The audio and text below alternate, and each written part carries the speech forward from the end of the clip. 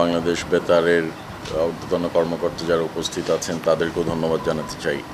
কালুরঘাট বেতার কেন্দ্রে এটা আমার প্রথম আগমন এবং এটি একটি ঐতিহ্যবাহী এবং শহীদ রাষ্ট্রপতি জিয়াউর রহমান মহোদয় এই কালুরঘাট বেতার কেন্দ্র থেকে বাংলাদেশের স্বাধীনতার ঘোষণা দিয়েছিলেন। এটি সংরক্ষণের জন্য এবং এটি কিভাবে আরও সুন্দরভাবে রাখা যায় সেই বিষয়ে আমরা পদক্ষেপ গ্রহণ করব ইনশাল্লাহ, এবং আমাদের মুক্তিযোদ্ধা মন্ত্রণালয়ের সাথে এই বিষয়ে আমরা আলোচনা করব। বাংলাদেশ বেতারকে আমরা এফএমটা আর একটু শক্তিশালী করার জন্য বিভিন্ন উদ্যোগ নিয়েছি, আমরা প্রজেক্ট হাতে নিয়েছি এবং সেটা কিভাবে আরও যেরকম আমরা গতকালকে আমরা চিরং বেতার কেন্দ্রে যেই ঊর্ধ্বতন কর্মকর্তা আছেন তার সাথে কথা বলেছি আমি, তিনি কিছু সাজেশন দিয়েছেন, আমরা সেটা গ্রহণ করেছি এবং এটা কীভাবে বাস্তবায়ন করা যায়। আমাদের দেখেন একটা ভঙ্গুর অর্থনীতির মধ্যে আমরা এসে পড়েছি, আমাদের ঋণের বোঝা, তারপরে বিভিন্ন ব্যাংকের যে লুট করা টাকা বিদেশে পাচার হয়ে গেছে, গ্রাহকদেরকেও সেই সেবাটা কিভাবে দেওয়া যায়, একটা যে পরিস্থিতির মধ্যে এসে আমরা এই সরকার গঠন করেছি তার মাধ্যমে বিভিন্ন রকম প্রায়োরিটি প্রজেক্টগুলো আমরা আগে দেখছি, তারপরে আমরা ক্রমান্বয়ে গ্র্যাজুয়ালি আমরা এই অন্যান্য প্রজেক্টগুলো দেখব।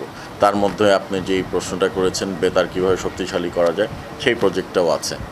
সাংবাদিকরা যখনই আমাদের কাছে বিভিন্ন সময়ে সহযোগিতা বা আবেদন করেন আমরা কিন্তু এটা এফেক্টিভলি এবং খুব সুন্দরভাবে যেন আমরা জিনিসটা তাদেরকে যেন সহযোগিতা করতে পারি সেদিকে পদক্ষেপ গ্রহণ করি।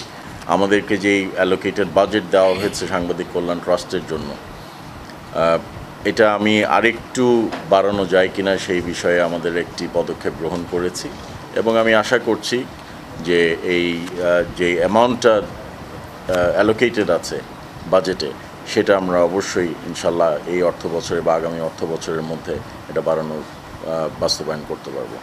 আমরা একটি বড় প্রজেক্ট হাতে নিয়েছি নিউ মিডিয়ার মাধ্যমে এবং মিস ইনফরমেশন, ডিসইনফরমেশন, অপতথ্য বা যেই তথ্যগুলা সঠিক নয় যেগুলো প্রচার হচ্ছে বা প্রচার করার যেই প্রবণতাটা দেখা যাচ্ছে সেখানে সাইবার সুরক্ষা আইনের মাধ্যমে এবং আমরা অপতথ্য এবং মিথ্যা তথ্য প্রচার বন্ধ করার জন্য আমরা বিভিন্ন রকম প্রজেক্ট হাতে নিয়েছি এডুকেট করার জন্য, পার্টিকুলারলি অনলাইন মিডিয়া বা বিভিন্ন রকম রিলস যারা বানান এবং রিলসের মাধ্যমে আমরা বিভিন্ন রকম পরিকল্পনা নিয়েছি যেগুলা আমরা শিক্ষণীয় রিলস আছে যেগুলো আমাদের মন্ত্রণালয়ের মাধ্যমে করা হচ্ছে। নিউ মিডিয়া প্রজেক্টের আন্ডারে আমরা ট্রেনিং প্রোভাইড করছি সাংবাদিকদেরকে, বিভিন্ন জেলা এবং উপজেলা লেভেলেও আমরা ট্রেনিং প্রোভাইড করব।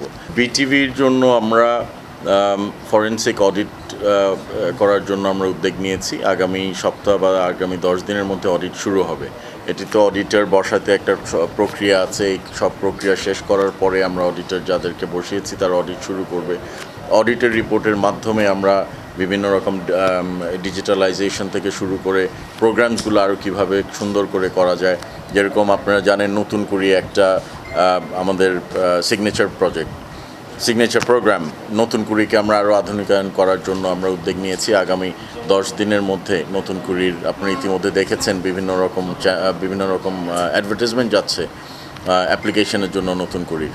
তো এরকম প্রোগ্রামসগুলো আমরা যদি বিটিভিতে সুন্দরভাবে করতে পারি আমি আশা করি দর্শক আরও শ্রোতারা যারা দেখেন বিটিভি আরও আগ্রহী হবেন বিটিভি দেখার জন্য।